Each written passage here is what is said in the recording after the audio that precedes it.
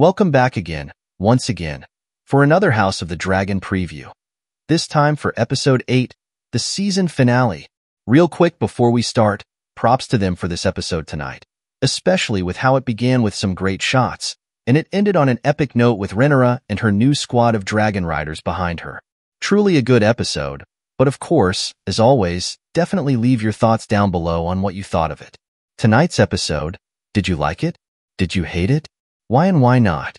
I'd love to check out what you all thought and maybe even include it in my Episode 7 review tomorrow. And before I forget, be sure to leave a like and comment on the video as a sacrifice to the algorithm gods. It helps out a lot.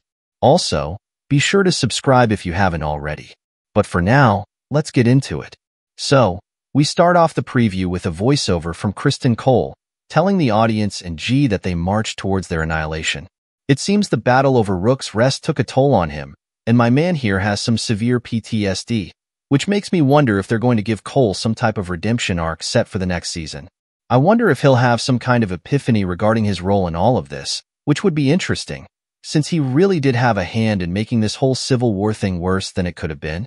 We also see a familiar sight: armies and more armies marching. I feel like I've been saying this all season, but my God, do I enjoy seeing all of these houses from the source material on the move. We have House Lannister and Luther, then we have the Greybeards from the Starks crossing the Twins, and of course, House Hightower is also coming in with a blue dragon flying overhead. This is Prince Daeron and his dragon, Tyrax's, but something tells me that we won't really see Daeron, and it'll be one of those closing scenes of the episode. In the next scene, we see that Rhaenyra is flying towards Harrenhal to check on Daemon's progress. We also see that Seasmoke and Adam are accompanying her as an escort, and that makes sense.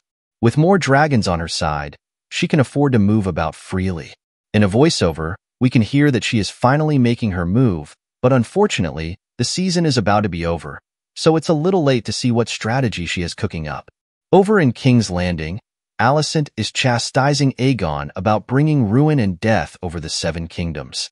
Later in the trailer, we do see him overlooking a stronghold on fire.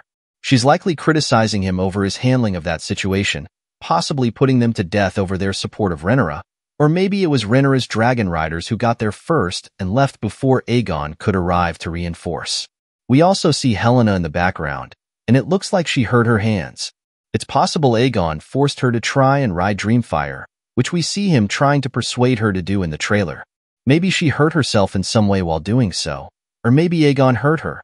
It's quite a shame that Helena only ever shows up this season to be either quirky or traumatized, and it's also a shame we haven't seen her ride her dragon yet, especially considering how in the books she loved to ride, but in the show, we almost never see it. Over in Harrenhal, Alfred Broom finally arrives and is giving Daemon the news that Rhaenyra hasn't amounted to much, which was true until this episode, where she has raised dragon riders.